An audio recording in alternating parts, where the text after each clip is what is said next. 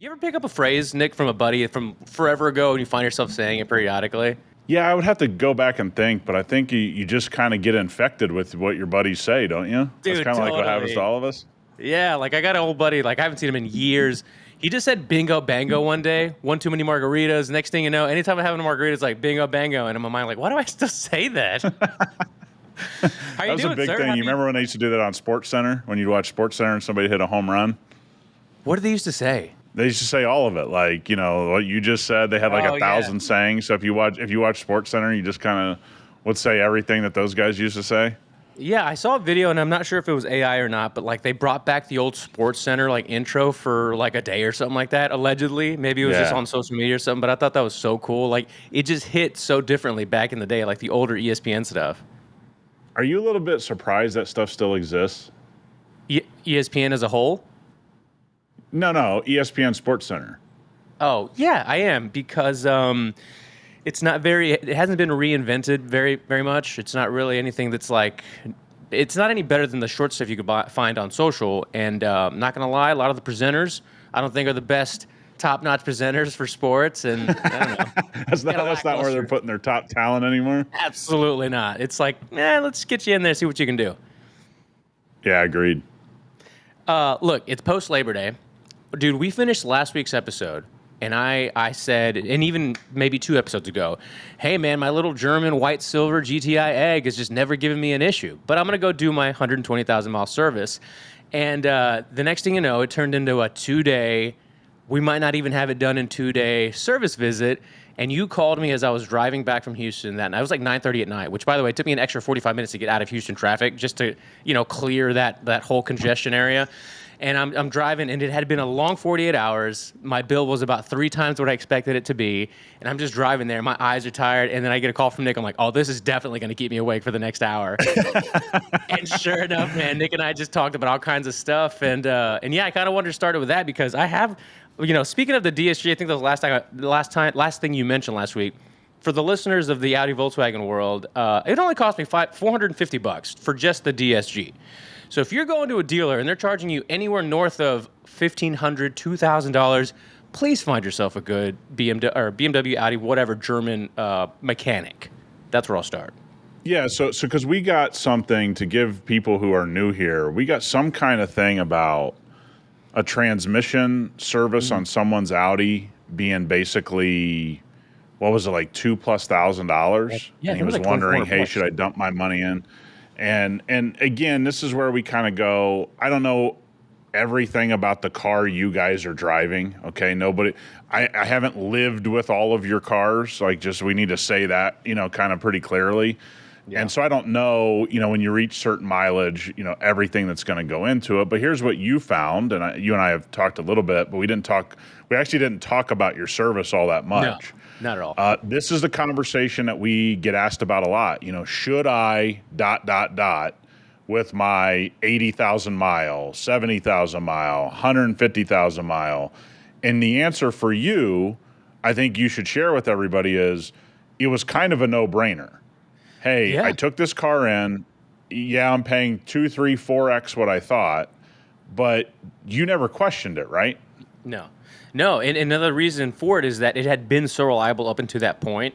And when I talked to the techs, it kind of explained to me, which, as much as you like a platform, some of the times you don't understand some of the nuances that manufacturer chose to go what route they went for that car.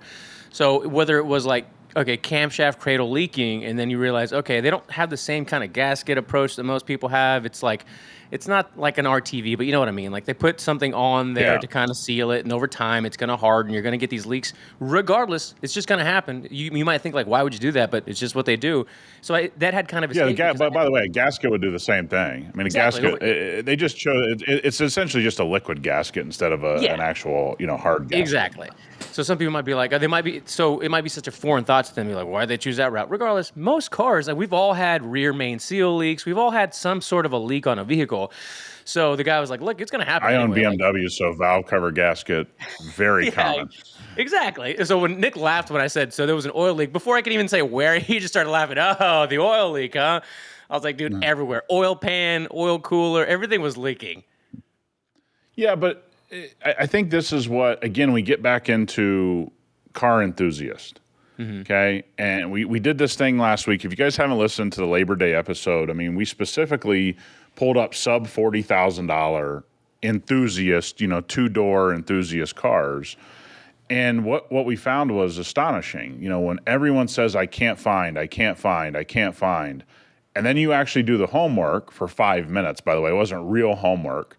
Yeah. We do the homework for about 5 minutes. I go, I don't know, man, you can get a lot of cool stuff. But yeah, man, you're going to have to do some gasket work. You're going to have to deal with some oil leaks. You're going to have, isn't that kind of how you view it? Because I don't ever really see this stuff as a big deal. So when we get these questions, guys, I'm probably not the best guy to ask because I've bought so many used cars in my life, especially BMWs, which I knew how to flip.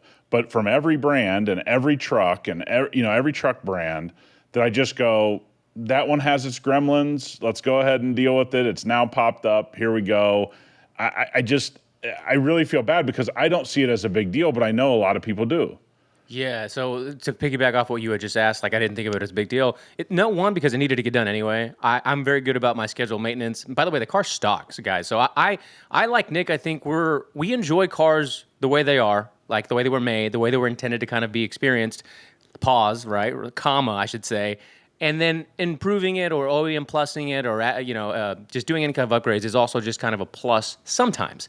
A lot of times people hate it, dude. They hate it when they're like, you're driving a stock still? Like, why is it stock? I'm like, bro, what the fuck are you talking about? It's a fun car stock. Like, I don't need to throw an extra 500 horsepower onto the car to make it more fun.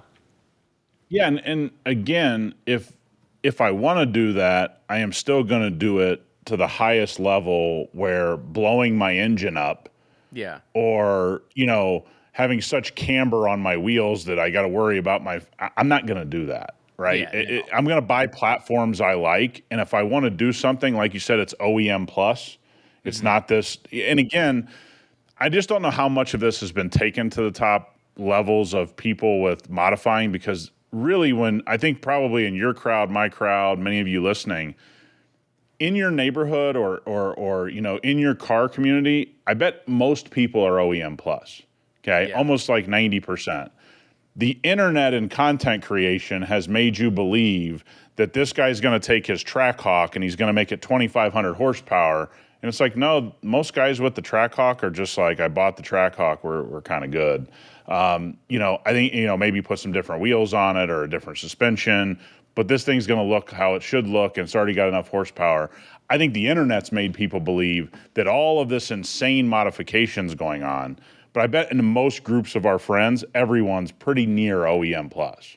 Which, by the way, I may or may not have gone through Mexico to get back home, and this 392 Durango just wouldn't leave me alone. Just would not leave me alone. I'm like, I'm tired. I just want to drive. But just leave me alone. Rah, rah, just next to me, and I'm just like, okay. From a 40, I don't know where the car went. It was the slowest moving boat I'd ever seen in my life. I'm like, why are you making all this noise if you're that slow? So, I agree with that. Yeah, no. I had an incident where I watched 2 electric vehicles going at it on a road that there was no business going at it. Oh, no. And I'm like, guys, there's like traffic like 2 feet in front of you. Let's all just, okay. If you guys want to make out in your EVs, let's maybe do that at night on a different road.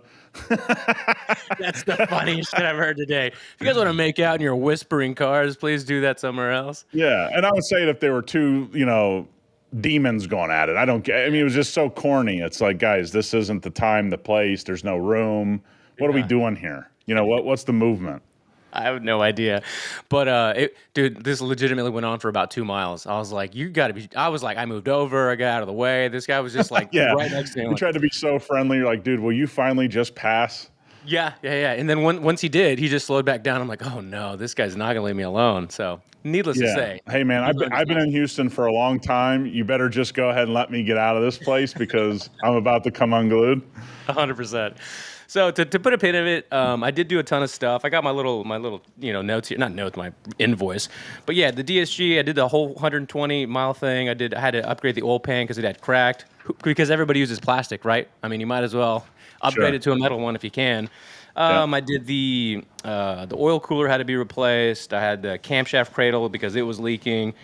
all in all, it was about $4,000. So when I told Nick that, he was like, "Yeah, did you even like what did you think about it?" Like, well, nobody necessarily wants to spend $4,000, but I was like, Yeah, "It's you gotta weren't. I didn't think you were just going to a Mexican restaurant and celebrating. I mean, no, I didn't think that was no, happening. because now it's ready for more boosts and bolt-ons because it has none. But at the same time, I'm like, damn, I just put $4,000 into making this even more reliable. Like the guy was like, look, this happened at 120,000 miles. Most people in your situation, BMW, Audi, Volkswagen, they're doing this maybe at like 60, 70, 80 already. You got 120,000 before you put any maintenance, like serious maintenance. It's pretty good.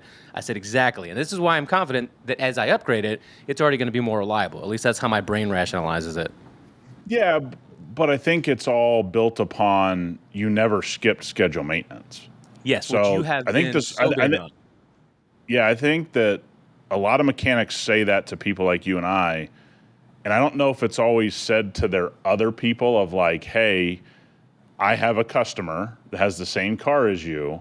They've done the schedule maintenance, and they went 120,000 miles before really having to do any major type of maintenance on a real level other than just scheduled. And so when guys ask us a lot of questions and they go, you've said it about yourself or talk about me. Why did I have my guys on my LX? I was almost certain that they had changed the transmission fluid, that they had gone through the diff, but I didn't have record of it. So yeah, man, I'm going to eat it to make sure I do everything in my power to not have something bad happen. Now, can bad things still happen? Of course. Okay. Yeah. But there are too many people that don't take scheduled maintenance seriously. Then they get their Audi to 85,000 miles and they go, why did I just get a $7,000 bill? And it's like, well, you forgot to tell me you skipped the 5,000, the 20,000, the 40,000, or whatever their intervals are on your Audi. You left out of the conversation with us, me or you or your friends, that you skipped all of those.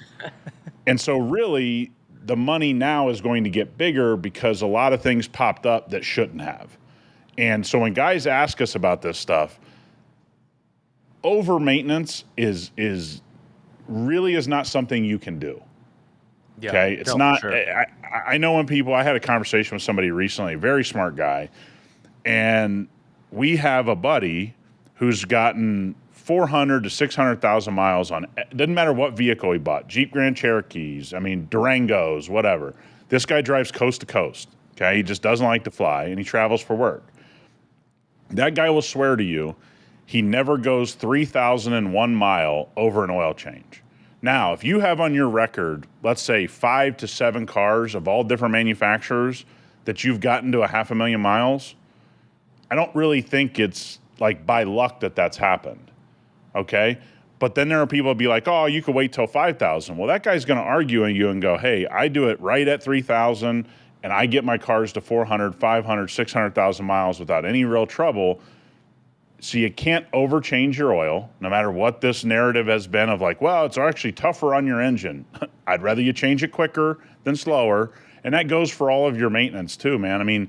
Even going an extra 5,000 over doesn't sound like a lot, but in the end, all of a sudden you get to 80,000 miles. And this is very, very common in the German platforms. People don't realize that those maintenance schedules are even more important than something like a Toyota. Toyota's built for you to mistreat it. Most German manufacturers have no engineering for you to mistreat the car. They just don't engineer it that way. Either buy it knowing that or get mad when you get a huge bill a little too early. And I think that's just what I found my entire life. Yeah, and I think that's the best way to sum up the well, I wasn't say the lack of, but more so if you go into buying a European car of any sort, and I know people hate that too, like a German, whatever the car is. Like people, you can't please people with these phrases like, why you call it a Euro car? It's like, well, what do you want me to call it? Like exactly what city? Yeah, Or you want me country to it came list off from? all brands every time we Yeah. try to bring up a general Jeez. conversation? Exactly. You know what we're talking about. If you go into there knowing that it's built like Nick just described, your expectation can be reasonable. Like it's not going to go like Nick said. You can't go abuse levels like a Toyota. Like kudos to them for building it that way, but it shouldn't also shy you away from buying it, enjoying it, and then saying, okay, I had that car experience, which is what we've been talking about a lot recently. Like that's big. Buy it, have the money to fix it whenever you need to, and then if you want to go back to a Toyota because you're like, hey, I want to experience this M3 or this whatever, and then it's not for you or you want to get rid of it and jump back into a Lexus Toyota, by all means do so. But to completely shy away from a brand or a car just because of the maintenance, dude, it's just... Well, and not only that, like let's think about this. also shy away from it because two guys on the internet 20 years ago told you, well, your BMW M3, it's got a rod bearing problem. It's Right. like 2%.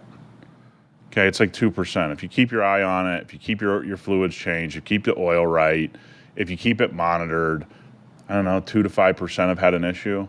But Yeah. two idiots on, Bimmer Reddit, whatever it would have been, the forum 20 years ago said, oh, the rod bearings. It's like, yeah, man, they can become a problem. Yes, they can become a problem. But let's also put the percentage that become a massive problem before 80, 90,000 miles, which is exactly where it is. It's pretty tiny. Keep things up to date. Keep your eye on it. Nobody's saying not to keep your eye on it, so don't misunderstand me. But somebody once upon a time told you it was this massive issue, and the facts are it was literally like a single digit issue. Okay? And that's the other thing is like I think people shy away because of something that spread through the internet and they don't know what percentage that was a problem, right? So they'll go away from like your platform because one person on the internet goes, I got a $10,000 bill. Well, you forgot to tell people you didn't change the oil for 60,000 miles. Yeah. You know what I mean? Like the platform is not built to go 60,000 miles in between oil changes. Like that's what you did. And by the way, I think one of the great things that's happening, if you guys, want to get your algorithm straight, really start following good mechanic shops. Because I'm telling you, those guys are showing you platform after platform of what we're saying. And they go, look at the sludge that built up. This is why it built up. This guy, when we started digging, we found out this guy didn't do this and this guy didn't do that. And that's why he's in this position. They're not really blaming the platform a lot of times. They may have a disagreement that they don't like the average customer owning an Audi, but they would do a real service if you guys read between the lines and go, if the guy would have just changed the oil at the bare minimum, he wouldn't be in this massive issue. And I think that's the benefit of mechanic shops, especially coming on to things like TikTok and Instagram and YouTube. That's a really good sentence you just had there, where some mechanics might not recommend a certain person have a certain car. And I think that's not spoken about enough because when you see these videos of like, it's usually at a shop or even a dealership. Like one of them is, hey, what do you drive and how much do you pay a month? All right, that's a separate subject. The other one is there in the shop. Hey, what car do you own and what would you never buy? Right? Those are the two famous Yeah, ones. that's a good call. Those are two big ones right now. Those are two big ones. But if you think of the enthusiast who can understand some of the nuances of buying a used car, what they might have to pay initially when they buy it or soon after they buy it, they can swallow the pill of a $2,000, $4,000, $5,000, $6,000, little nest egg that they need to keep that car going or upgrade it or whatever. The average person, okay, maybe buy the Toyota, maybe buy the more reliable thing because you aren't going to be able to stomach that repair bill that is inevitably going to come to you. And we don't hear about that enough. It's more so that mechanic said or this group of mechanics said, those are the worst, you shouldn't buy it. No. It's bad for these people who couldn't stomach that bill or would want to even worry and about remember, it. a general mechanic shop is seeing sort of the worst of the worst. Yes. Right? I mean, I know shop owners, I know shop owners. One of the things they see the worst of everything. So they see somebody that leaves the Toyota or the Honda family, mistreated those for generations. Their parents mistreated them. They've mistreated them. Then they go, hey, I got a new job. They go buy an M3 and they see the worst of the worst. Yeah. That person never took care of any platform and they just wanted to buy a nice car and they didn't realize nice cars have, things you have to follow. Right? Yes. Not to say Toyota's not nice or Honda's not nice. They're just engineered differently. They're engineered for the general person to own. You as an enthusiast listening to this, if you want to experience the most fun vehicles, there's a reality around it. Because again, as much as I'm loving, basically the 100 series Land Cruiser, I get in my BMW and there's a level of fun that I can't get out of that Toyota product that I can get out of a BMW M3 with a manual. Okay. Yes. And there's just a different reality around dealing with those pieces of machinery. The same goes on a construction site. You know what I mean? Like anything that's machine, there's going to be machines that give you a lot more of something, and then there's a drawback. And then they're going to give, Toyota gives you a lot of reliability. Most of their platforms, not all that fun. Not saying all their platforms, but most of their platforms are not built for fun. They're built for the average person to not take care of the car, and they do deserve credit. But we get so many conversations where somebody owns an Audi, a VW, a BMW. Should I put the money in? guys, if you're doing all the maintenance and you know the devil that brought you, do whatever needs to be done to keep that car alive if you like it, because the next one, you don't know the devil. You don't know who did what. You're starting over from zero. So for a guy like you, this is a no-brainer to have this car gone through on the level that you did. Yeah, because at the end of the day, driving cars, especially if you have to drive a lot or a little, even if you're just driving a gas station or your work or whatever, driving cars should not be boring, right? Every car is going to give you the certain kind of like you just said, your 100 Series versus your BMW. You still enjoy both of them, right? You get the 100 Series, you're like, man, this is nice. It's 20 plus years old. I like it, right? Puts a smile on your face. And then you get in the BMW and it makes you turn into Tim Allen, like, we Tim want Allen. that feeling. We want both those feelings. I hear you. Hey, Tim Allen's a wild reference from the Home Improvement days. Dude, love that guy. Hey, that's on Netflix. Just so you know, that's on Netflix now. You can get all the Home Improvement. Yeah, come on, don't act like you don't know, Rob. Okay, stop with the Jay Leno's Garage. Bounce back to some Home Improvement on Netflix. Dude, yeah, Home Improvement's where it's at. I don't know about. Hey, did you see your boy got the GTD, Jay Leno? Oh yeah. He got number 12. Jim Farley again taking a lot of time out of his day to do things instead of building good cars. He's like, hey, let me deliver this GTD to Jay Leno. Oh, did he deliver it himself? Yeah, I think I didn't watch the whole clip, but I think he was there. Okay. Hey man, anything to get some camera time. Our boy, he's looking at Elon, he's looking at these people. He loves the camera. He loves the camera. Yeah, the camera doesn't love him as much as he's being told, but yeah. He definitely loves the camera. And by the way, would love to talk to Jim Farley. So this is not a dig. Like I would just love to say Model T moment, huh? Yeah. He's like, who gave you that? Actually, one of my questions would be, who inside your organization gave you the advice on that keynote speech? Because somebody actually on Instagram said, Jim Farley said twin turbo. This is faster than our twin turbo. I don't think any Mustang's ever been released with a twin turbo. No, well, that was the thing I saw. I mean, yeah, when I made the clip, let's look it up real quick because there was an EcoBoost. I'm not the foremost expert on Mustang, but I don't believe that there's actually. I think maybe some aftermarket packages. Well, but I don't think there. And I'm not sure exactly if it was 2 or 1, but one of the EcoBoost Mustangs from a while back when they first went heavy into EcoBoost had 2 turbos, I think. But that's not. It was never called a twin turbo Mustang. It wasn't ever pushed like that. It was just like an EcoBoost Mustang. And if you either knew it had a single turbo or 2 turbos. Yeah, for all you Mustang experts out there, excuse me. I mean, I'm not the foremost expert on Mustang, but I thought it was a fun comment. I thought it was a funny comment. And by the way, if it's absolutely true that they've never really promoted or delivered twin turbo, and that was also in the keynote stupid speech, it's even better. It's even better. Worse than having said it, it's how he said it. He sounded so unsure of himself when he said it. He's like, it's faster than our twin turbo Mustang. Hey, somebody deserves credit for this. I'm not going to take the credit on TikTok. They go, was this an Apple launch? That's hilarious. Yeah, you can unsee it now when you hear that. That's a good 100%. 100%. It was great. Sorry I don't know your name. If you're listening to the show or you see this clip, brilliant thing to say. Yeah, let me see. So the 2.3 liter EcoBoost doesn't use a twin turbo. It's a single. I could have sworn there might have been. Please, somebody tell us in the comments because this will probably turn into a clip and somebody will correct us. But I'm pretty sure maybe 1 or 2 years. Yeah, and the only reason we're talking about it, guys, is because Jim Farley's the one that said twin turbo. And this is faster than our twin turbo. Yeah. Which all I said to it is, I don't know why you'd brag about that because you're supposed to be taking pride in your sports car being a little bit faster. But yeah, I mean, it was fun all around. So not to rehash it, but a lot of fun came out of rewatching and listening and seeing people's comments. Yeah, that was hilarious. Well, speaking of, actually, let's go ahead and put this towards one of our first stories here. Did you know Ford's doing a little bit of rebranding when it comes to Ford Performance? Had you heard this? Oh, no. There we Everything go. but performance? Ford Performance. Dun, dun, dun. What? I'm joking. They're Ford just Racing? Ford Racing, that's it.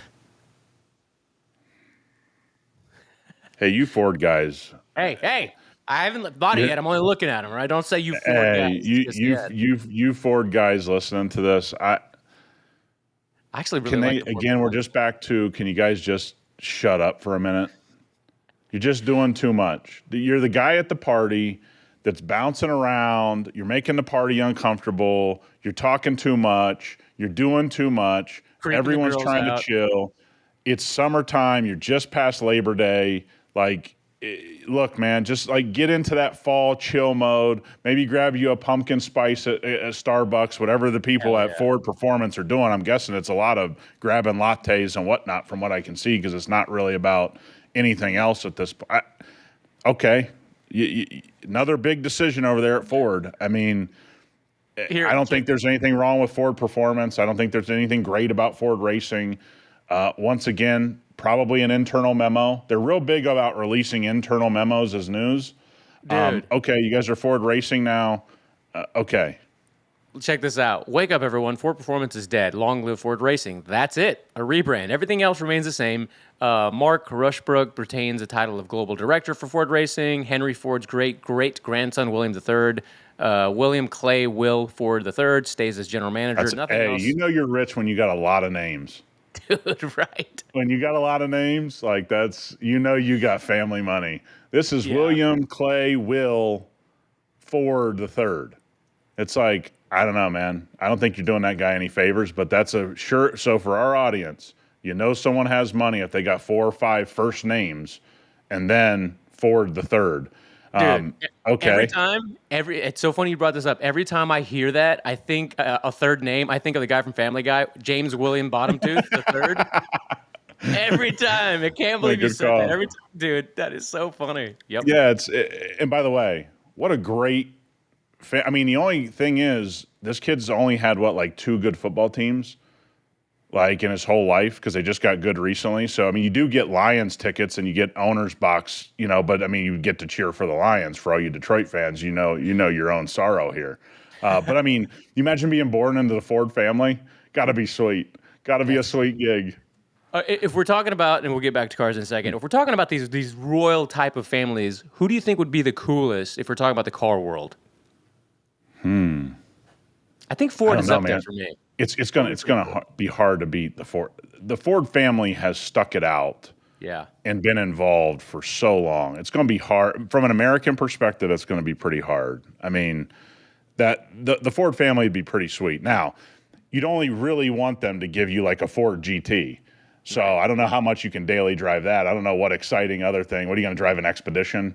What's your daily drive? I mean, an ST. You know, you I've know, had Misty. something like that. I mean, but yeah, I mean, if you can get an old Ford GT, you can get the new Ford GT. You got to find a daily driver, but I think it would just be cool because that bank account's got to look awesome. Oh, You got to be so thinking to nice. yourself like, man. And by the way, when you go to like a party and they go, "Hey, what's your name?" You go, "Hey, I'm William Will Clay Ford the Third." I got to imagine that plays pretty well with the ladies. Yeah, everybody just kind of slowly starts looking over like, yep, that's him. Why is this guy wearing an ascot? Oh, he's a Ford. Got it. Why is he rolling up in a Ford in a Focus RS? Because he knows what's up. That's what I would Why do. is it? Why does guy come to the sorority party and fraternity party with a Ford GT? Oh, that's Ford himself. Dude, that's Senor Ford By himself. the way, I'm happy for kids like that. I'm not one of those guys that hates. Good for you, kid. That's Oh, got to be dude, same. awesome. Every time I talk about those kind of people, I'm like, I say the story, and then I'm like, good for them. Like that's the first thing that comes to mind. 100%. Good Because for let me them. tell you something. I'd be using that to my full advantage, just like As any you other kid. should. As you And should. I would be on campus with the Ford GT, just so we're clear. Oh yeah. Driving it to class, parking it on the sidewalk. I'd want everybody to know. They'd Yeah. be like, "Who are you?" I'm like, that car? That's me."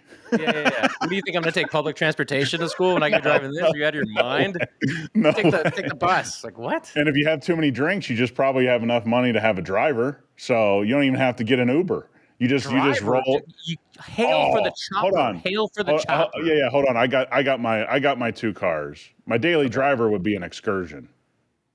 I Oh get yeah, an the old old school excursion. Excursion, Yeah. low miles, just a tiny little like leveling lift on it, Yeah. that like 7.3 diesel, and it would just be mint. And then when it got like a little bit dirty, I'd be like, "Can you guys send me a new one?" Oh my god, switching it out like you're switching white shirts out or something. Like you just gotta get another 100%. one over there. 100%. They thought Wear I that wrapped box. my vehicle. Nope, just a new one. Oh my god, people are gonna be like, "What is going on today?" 100%. Look, we're going to go to the other side of the world here for this next story. We all know that Nick loves cabriolets. All right, he Oh loves yeah. going I topless. love the least purpose built convertibles are like my jam. I love it. Okay, so if we're thinking German, least, what did you say? Least what? Like there's no reason. There's zero reason that they would Right. ever have been built.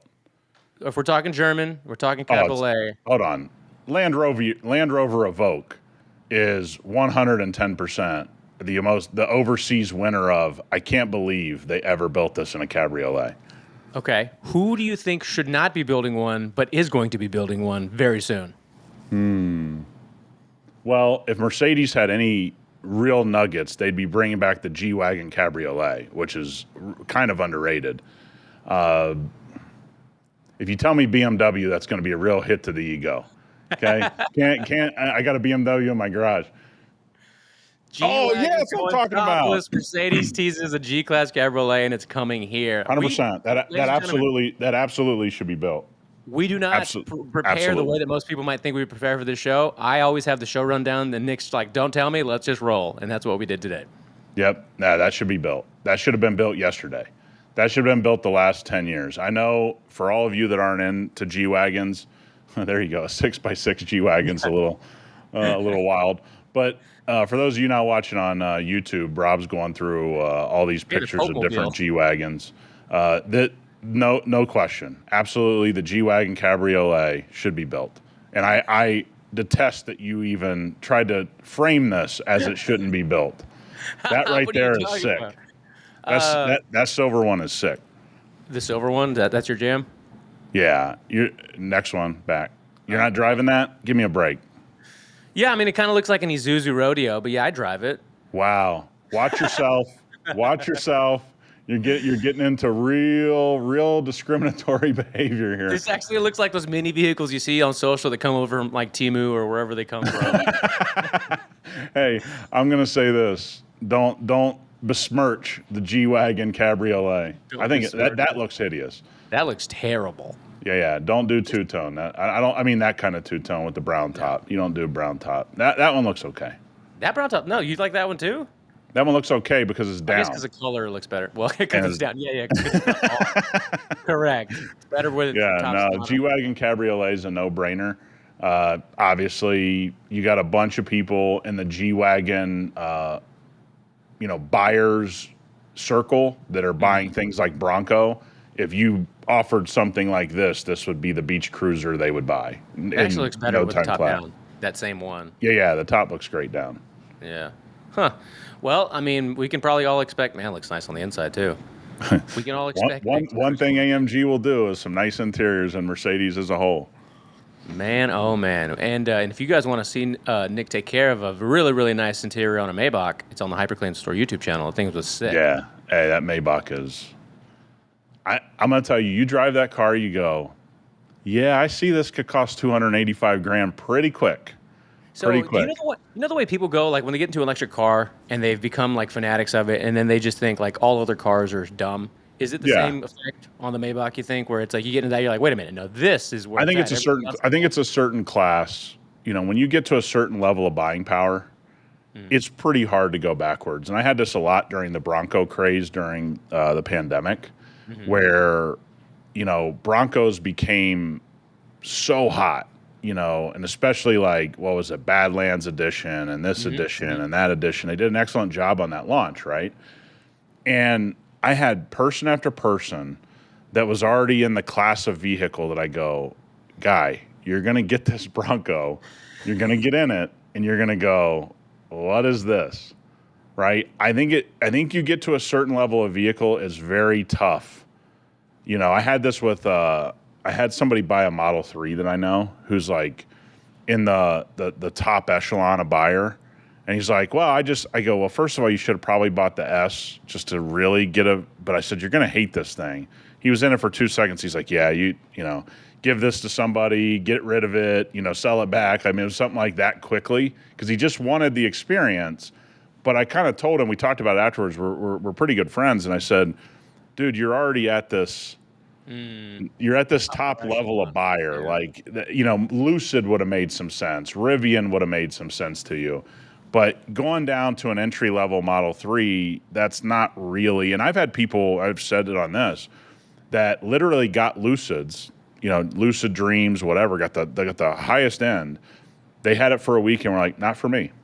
And it's very nice, well built, a lot of great features, nothing wrong with the car. I'm not really a fan of the two-tone. That's just not my thing.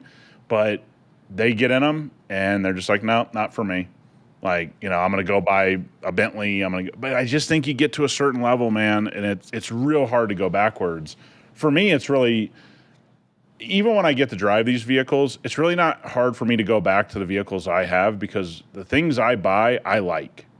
I want to own. I want to be a part of it. And I think it would mess you up if you weren't comfortable with the things that you own. I think that could get you really messed up.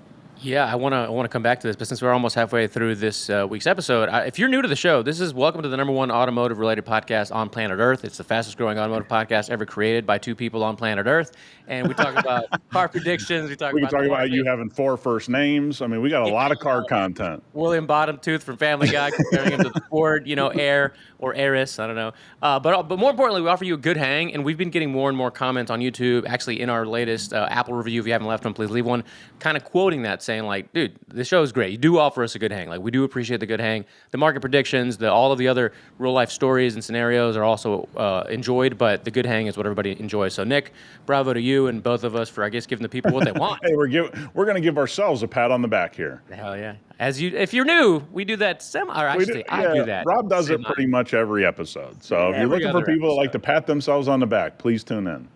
Only because I'm providing a service to the people, and that makes me feel good. So I'll pat myself on the back for the service. But look, listen, what you just said was really, really good because I think we might have mentioned it on a phone call when I was driving back home. If you, like, going backwards, like you said, is really hard to do. But a lot of, I don't want to point out anybody specifically, but a lot of creators sometimes you might feel like they're doing everything for the views, right? For the click, for that aspect of cars is the internet. And if they go up to a certain thing, going back down, a lot of times they can't do it for their own ego, but a lot of times that's what the people actually want to watch. Like, they want to watch you work on stuff that they can actually buy and attain. Sure. Yeah, and I think this is kind of, and it's not an indictment of the automotive media. It's just kind of how it's worked is, you get invited to an Aston Martin and you get to drive all their cool cars. I mean, you're going to be less likely to want to go get in a Ford Explorer. Yeah. You know what I mean? Like, you're just not going to want to do that. It's not anything against the Ford Explorer. You were just at an Aston Martin event. And if you drive 27 Porsches in a row, you're not going to really be, trying to get in a Miata and go around and tell people about the new Miata platform. I mean, but there's been a big disconnect in that. And I understand why. It's not a judgment.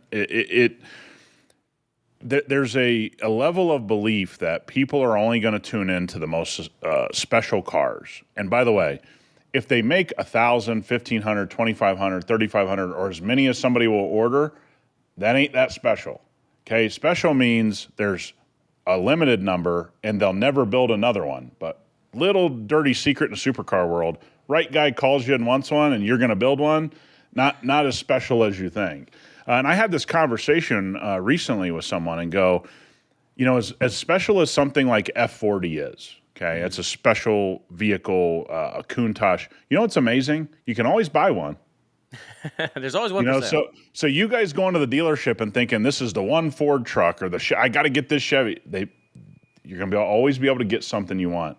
But I think the thing is, for people that watch and consume a lot of this stuff, I do think it's more fun. Everything becomes more fun when you're driving something that you personally like. And it doesn't mean it's your dream car, right? I think that's what we were trying to get across with our Labor Day episode is too many of people are contacting us waiting on buying their dream car. Guys, just buy something fun now and buy something fun now and enjoy it. And then when you make it big or you get that big promotion, you can go get that dream car, whatever that date is in the future, your dream car is going to be available. Now, is it going to be the exact price you want, the exact mileage you want? That's all up for debate. But I think one of the cool things about having this conversation, it is very tough to take a step back if you're not really into the stuff that you have to take a step back to. I'm really into the 100 series I own right now. So I have no problem hopping in that and driving it. So driving the Maybach, which is close to a $300,000 experience, is not that big a deal for me to go, really nice experience, really awesome what they've done, really luxurious. I hop in my car, I don't give it a second thought. I don't think everyone's built that way, and I understand it too. Yeah. And it's kind of unfortunate because, like you said, when you wait for that dream car, a lot of times you get the dream car and like you're not as impressed or you're not as satisfied as you thought you would be. Well, there's a fact that I've learned the hard way myself, probably like yourself. When you get to the next level financially, you want something one level above what you can afford. So you're Always. always going to change the goalpost. You'll be like, hey, I always wanted to own a GT3. Then by the time you can own one, you're like, I'd like to have a Pagani. It's like, well, yeah, that's just how it works. I mean, Yeah, I'd dude. like to have a Psychos. We're all SVJ. I'd psychos. like whatever it is, right? I'm just using an Yeah. example. Like, very rarely do you get to the end of this thing. So stop waiting for the end. The end doesn't, very few people are getting to experience the end of their car enthusiasm. That just doesn't really happen. Yeah, I think that's where to kind of like really solidify that my point here is don't lose the interest in the like the regular schmegular cars, I guess, that we talk about, because if you ever have to go back or you just decide to go back, it won't be such a bummer that you're driving, a Yeah. 2010 or 2008 something. No. And by the way, I have to, a lot of times in my own personal life, talking to people about cars, and they go, you could afford this. Why don't you buy it? And I go, this is what I like. Yeah. I do own things that I like. And that doesn't mean I don't like a 2018 XYZ or a 2022, whatever. It just doesn't interest me as much as you think it would. And part of it is for a guy like myself, I get to be around the stuff. Yeah. Okay. Like I get to be around it and maybe that scratches the itch or whatever. But the reality that I have is that this is what I like. And owning a 2008 BMW M3, it doesn't feel like I'm making a sacrifice because I'm not. It's Yeah. what I want to own. Now, somebody gives me the right offer. Offer's always accepted at the email address.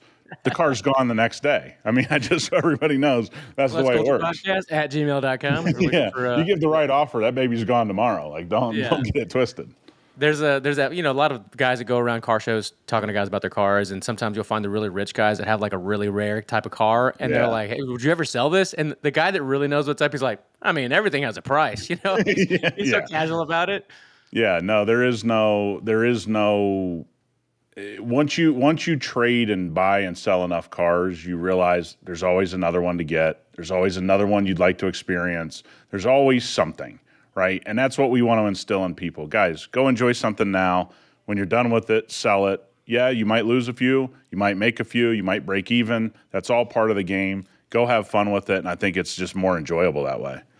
I asked you a couple weeks back about it was a really fun conversation people enjoyed about what's too much when it comes to paying for a car where you lose your shirt, right, for the 1 year experience or 1 year Sure. ownership experience that we talked about. Well, when you buy a used car, and we talked a lot about more so the German type cars, in your mind, as a suggestion to people listening, what should they expect to or try to have on hand in case they need to make some sort of immediate repair or upgrade to a I, car that I, they I buy used? always I always say 10% of the purchase price.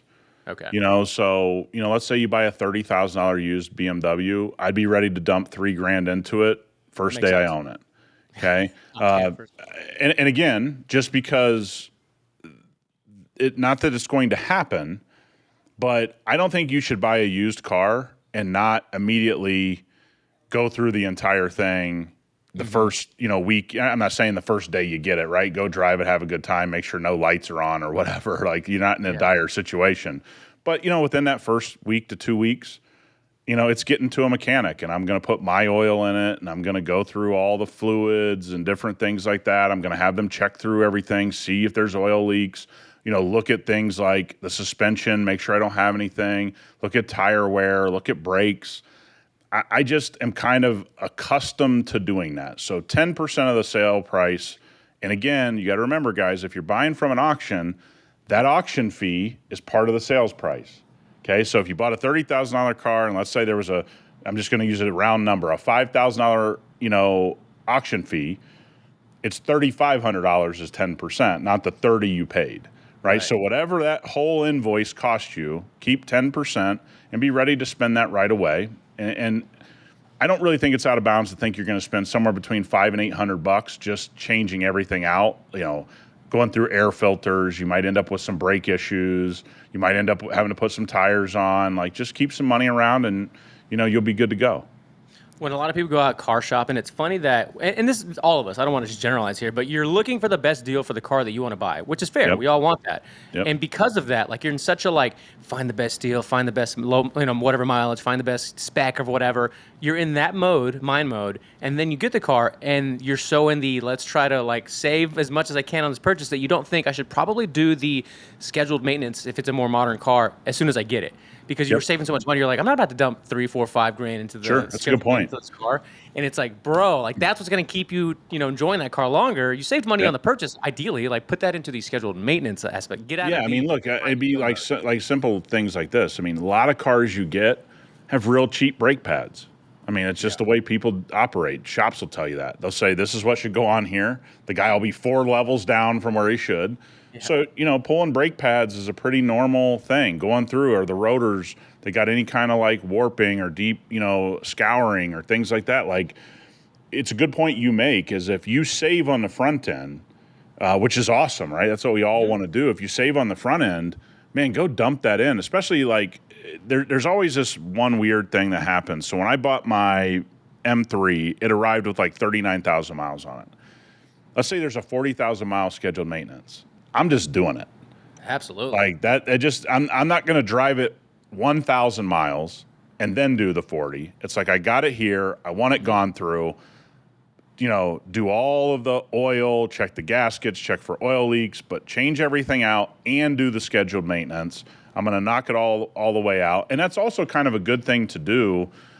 If you're buying a car, one of the things you can always tell people is if you know what a 40,000 mile maintenance is, what it's going to cost you, it's good to go to the guy if it's 39,000 miles and go, well, look, you're escaping the 40,000 mile service. I'm going to be inheriting it. Let's go ahead and take that off the purchase price, and I'll go ahead and have the 40. Or you can give me paperwork and proof that you go and do it, and I'll pay the extra $1,200 to you. But you're going to do it at a reputable shop, and so those are points. Yeah. If you become maintenance focused and you know what needs to be done to the car at the time you buy it and what's coming up, what's coming around the corner, a lot of stuff like timing chains and timing belts and all those things, water pumps on certain vehicles. Those are good things to bring up and go, hey, you didn't change this. This is kind of a time bomb. I'm going to be inheriting. When I get it, that's exactly where it's going, is to have this thing changed. You should have changed. It's a good negotiating tactic. Private party is a little more understanding about that, just so we're clear. The dealership might not even be aware that those things are a problem, so don't be shocked when you're the person telling them. But a private party that's an enthusiast usually does know that those things are coming. Yeah, and usually the average person will always go to the tires. They're like, oh, how do the tires like? Does it need new tires? That's about as far as they go. But I'm like, no, bro, scheduled maintenance at the very least to try to use that as another negotiation tactic. Yeah, good call. Oh, and then I got to say, too, cleaning the car, man. When you get a car, unless it's brand new, if it's a used car, getting people's fart smell out of the car, getting people's whatever, like all the gross touching it, like just sticky shit that's all over the car. There you go. No question. Clean it with your stuff. And for me, obviously, it's Nick's HyperClean products at hypercleanstore.com. But that is like, and even my wife's, it's a 24, but it had a little bit of miles on it. So it wasn't brand new, but damn near new. I still cleaned it with the products because it gives it a like neutral smell. It's not my family, when we bought the GX, that car didn't get driven until we had full body PPF. We had gone through every inch of the interior. We'd gone through every inch of the exterior. We had coated everything, PPF'd everything. Then it got driven. And now with 2 kids and in parking lots, I'm glad we did it. Right? Yeah. We've saved some door scuffs. We've saved all kinds of different things. We coated it with all of our products. We cleaned every inch with our product. And I will say this for those who have never listened to me, one of the things that I would recommend, especially if you buy something, let's just say more used than a couple thousand miles. Let's say it has 40,000, 60,000, 80,000 miles. Do yourself a favor. You'll never regret this. Go get yourself a new set of OEM mats. You're going to be happier. That's the move. That really did put a smile on Nick's face when he got those new mats in the 100%. Hey, let me tell you, new mats, biggest underrated thing. I know people are, and look, we have a carpet system at HyperClean. You can get them to like new, but if they're pretty beat up, they've been mistreated. One of the great things, just OEM mats are pretty affordable. Okay. Yeah. Talking about a couple $100, $300. Good little way to get the, what do you call it? The fart smell. Good way to get the fart smell out. All right, look, I'm going to do one more story before we get to one or two emails from listeners. By the way, that's clutchculturepodcast@gmail.com if you want to send an email. We talked about the 2027 BMW iX3 about 2 or 3 episodes ago. Sure. And I had no idea that it was going to be as important as this because they're calling it BMW's biggest reinvention since the 60s. Did you know that this is what they're putting all their money into? And all? Is this the, what's it called, the new class or, Yes. whatever? We got to pronounce that right because people will be it's like new class, something Or like new that. class. No, it's Neue Klasse. Neue Klasse. People are getting so Honestly- pissed. Again, we are not language teachers. No, We have told you that we will not be able to pronounce most of this stuff. Correct. And so we just want to remind all the new listeners that we absolutely don't know how to pronounce everything. Absolutely not. Don't forget, English is my second language, so please give me a break. Oh, wow. Look at you. Give me a break, Pull that out okay? when it's convenient. English is Pull my that out when it's No I habla. must. No habla. No hablo. I mean, no hablo. Excuse-moi. You can combine two languages there. You know what's funny? People, when I speak Spanish, I have very good Spanish, but it's still not good enough for some people, and they'll be like, oh, this is no habla, motherfucker. I'm like, no habla? Like, my Spanish is perfect, just like my English. It's pretty good. People Yeah, don't. Dude, people don't care, man. They're just rude just to be rude. Fucking trolls. 100%. So right, let's talk about this. So what is their pitch point here? That this is some type of, is it reinvention because it's an EV? I mean, we have a video here. It's very long. I don't know her name. It might be Miss Debbie, but she was kind of describing some of it. Here,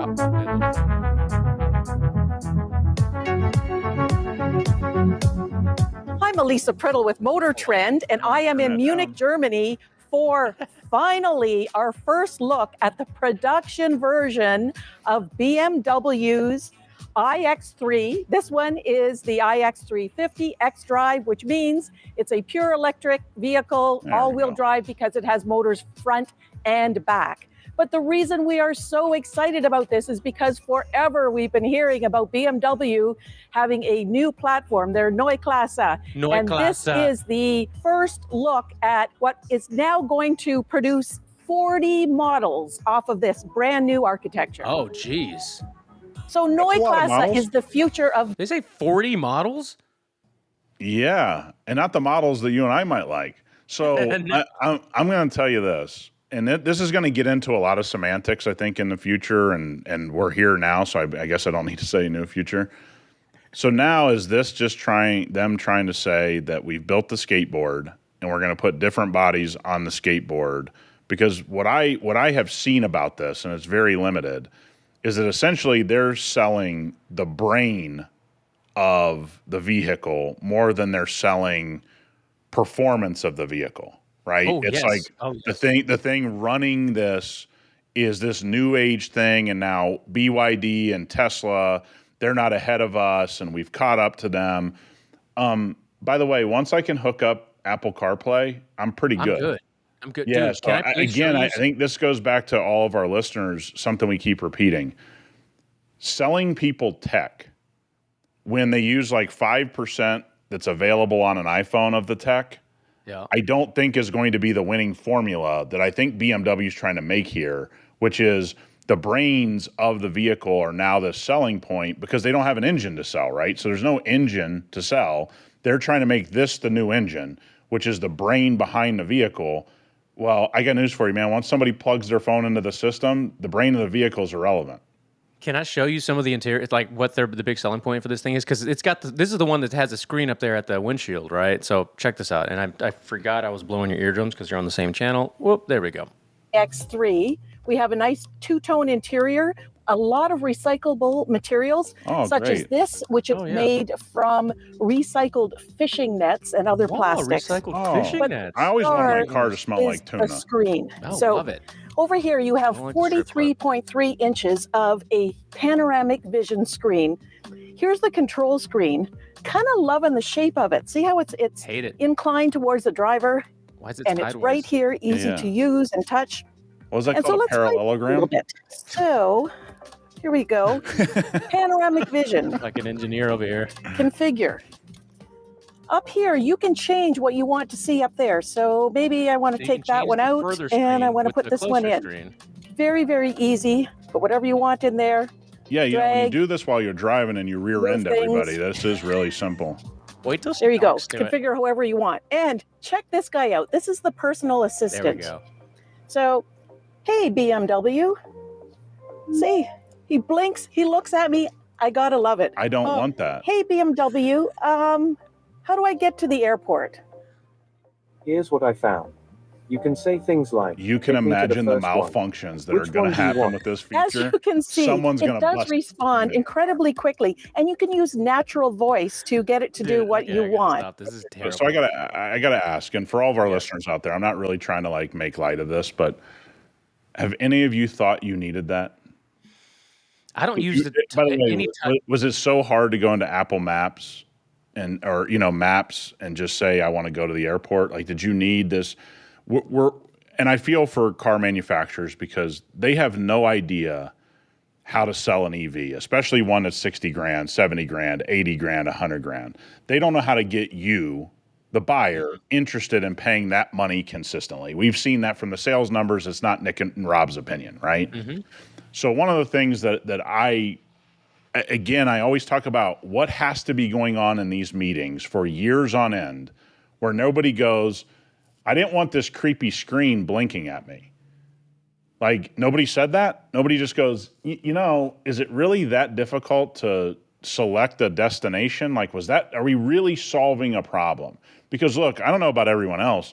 I think Siri's is worse. It's the worst it's ever been to try to use. You know what I mean? Because it's like, you want that on Chat GPT? Do you want to, and now it's just like, it's not even helpful, right?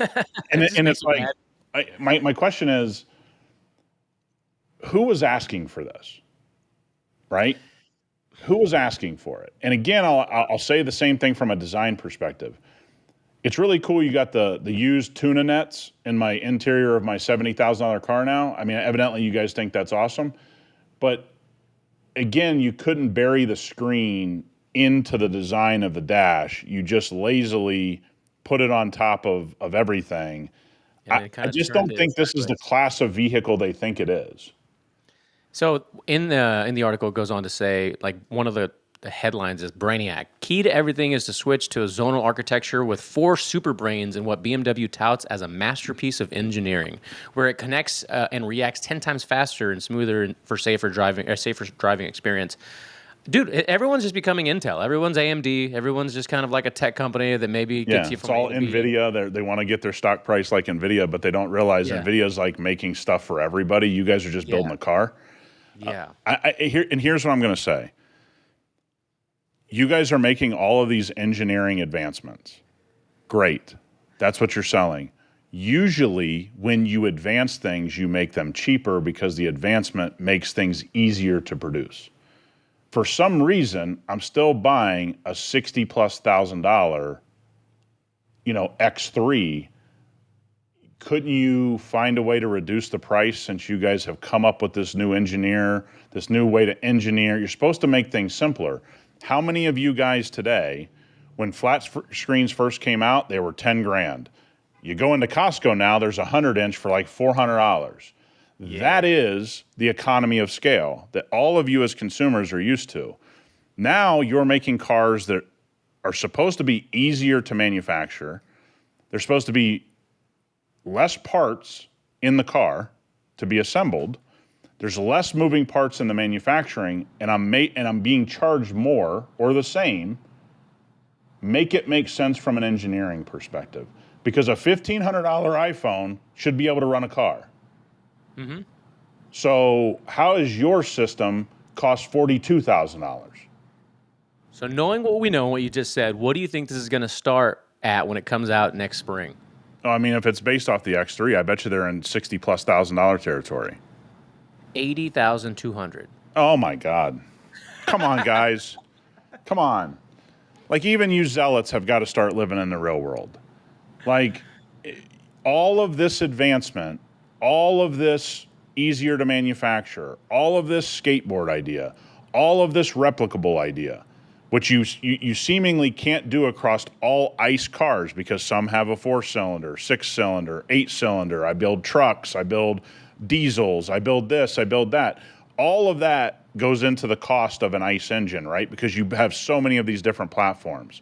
I now have a singular platform, and I get no benefit as a consumer other than some creepy guy blinking at me. And it's going to malfunction 50% of the time when you try to get to the airport. It'll give you the airport in Munich when you're in Cleveland, Ohio. Like, what are we doing here? I just don't understand why this is seen as advancement and what is going on in these companies when somebody's looking at an email on an iPhone that they use 10% of, that they use 10% of this iPhone, and you guys are now telling me your techs were, well, the tires cost this, and manufacturing cost this, but our tech package cost $32,000 on this car. An iPhone's $1,500. Again, I know you got other stuff to worry about, but we're talking about major, major, major price increases. And I'm just going, I don't know, man, that's not what you've been selling. You've been selling easier to manufacture, more replicable. This system's going to be across all platforms, this and that. I'm getting no benefit price-wise as a consumer. I just don't see how it's a sales point. Yeah, man, it is wild to see these prices. It does say that it probably won't be that when it launches. It's actually summer of next year because they're basing it off of what it's going to launch for in Europe, which I think was like 68K, which translates to 80K, but they're thinking it'll probably come in lower than that. Even at 60, anything 60 to 80, what are we talking about? Yeah, you've already failed at that. I mean, that's already been a failure point in the whole EV experience. I mean, look, Rivian's one of the companies that seems to be doing it right. Looks like they just went through some layoffs. I think they cut like 1% to 2% of staff here recently, maybe this week or last. I mean, you got to realize something. For all of us having this conversation, I want to reiterate about my feelings. I'm middle of the road about EVs. I always have been. If they fit you, buy them. If you don't want them, don't buy them. All of these sales points, nobody seems to be connecting the dots inside the manufacturer that what you've been selling us is simplicity. This is simpler. This is easier. This is easier for us to make. This is this. We're going to use old dolphin nets that we pulled out of the ocean. Okay, cool, man. Why is the price not coming down? That's what I want my car to smell like fish. I'm going to think about that all day. Hey, yeah, you know what? Your passenger gets in, you go, hey, you feel that texture? Yeah, Billy Bob was shrimping the other day. Bubba Gump was shrimping, and then they just recycled that netting. Don't you find that cool? It's like, guys, I'm glad you're recycling things, I guess, but shouldn't that bring the price down? Look, we're gonna give everybody an opportunity to send an email if you want. I promise we'll get to them next week. clutchculturepodcast@gmail.com. We have some here. We'll get to those next week, and then if you guys want to add to it, we'll do a longer segment on emails. I wanted to end with this. Did you see Shaq's new Corvette by chance? Oh, dude, I did. Yeah, I just saw it earlier this morning, but I didn't see the video on it. So Shaq got a custom C8 Z06 that was stretched out 20 inches. Good for him. Pull this thing up, dude. So there's a video here. I'm gonna again play it without trying to blow your ears. I don't know if it's gonna play. Hold on. Before you come out, I don't want you back. let me just make sure it's good before you come out. Hold on, man. You ready? Wait at this. Ended up cracking on this car on delivery They day. cracked the Look at window your on boy. delivery. Yeah, stuff, sure and then we get hit with something crazy like this. So normally, this window right here will usually takes 7 to 8 days to make a whole new one. I got my guys in the warehouse right now cooking one up. It's gonna take us a couple more I think days. cooking one up may be why it cracked. Just so we're clear. Sitting at my dealership waiting until Monday. I brought it out here. Hey, Looks like a Batmobile. Cool. That's cool. I don't care. Hey, what is that? Special cover for the car.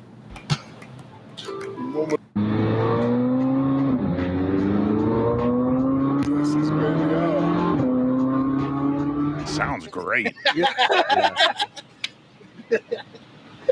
Dude, that thing Hey, is so I'm going to say this. Have you ever seen him up close and personal?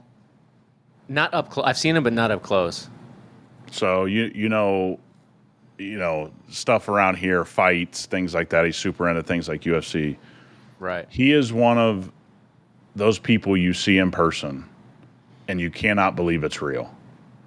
You're like, I was not a human. I mean, because here's the thing. I saw him stand next to Francis Ngannou. Mm-hmm. And by the way, one of the biggest heavyweights, massive guy. And you're like, yeah, that's just a whole different, human being. It is unbelievable to see that dude walking around. And if you got a chance to get anywhere near Shaq, the one thing you always say is I cannot believe someone like that exists. And the coolest part is, he rolls no security. Now, Does people always say to me, like, who's going to mess with Shaq? But it's like, people mess with people all the time. Yeah, your boy rolls no security, rolls by himself a lot of the time. Like, yeah, man, I'm telling you, seeing that guy in person, you just can't believe it's real. And everybody loves him. And I'm going to tell you this, man. I think that Corvette, it looks good. You got to give him credit. It looks good. It really looks like a Batmobile. He's 7'1", 325 pounds. And I think 325 might be light. That might be a light number. Yeah, 350 seems like that's pretty quick work. Sheesh. All right. Well, good for him. The reason I also brought it up because it was a story. I actually had already X'd out of it, but C8s were having a problem where they were just like catching on fire, where people were filling up gas. I don't know if you saw that. I saw it. He got this stretched out Z06, a C8, like it's nice, and then he's just gonna be filling it up one day, and like this long ass Batmobile is just gonna be catching on fire, like he gets fireball. Yeah. Oh, terrible. All right, everybody, clutchculturepodcast@gmail.com. What a fun episode. This is the best part of the week, man. I hope you guys enjoy it on your drive to work or at the gym or whatever you're doing. If you need car care products, hypercleanstore.com is where Nick's at. He lives there. He eats and breathes it. He's at literally Hyperclean Nick, right? Yeah, Hyperclean Nick. Yeah. Hyperclean Store is the Instagram. I'm at RobGTV. Nick, we will see everyone next week. See you guys.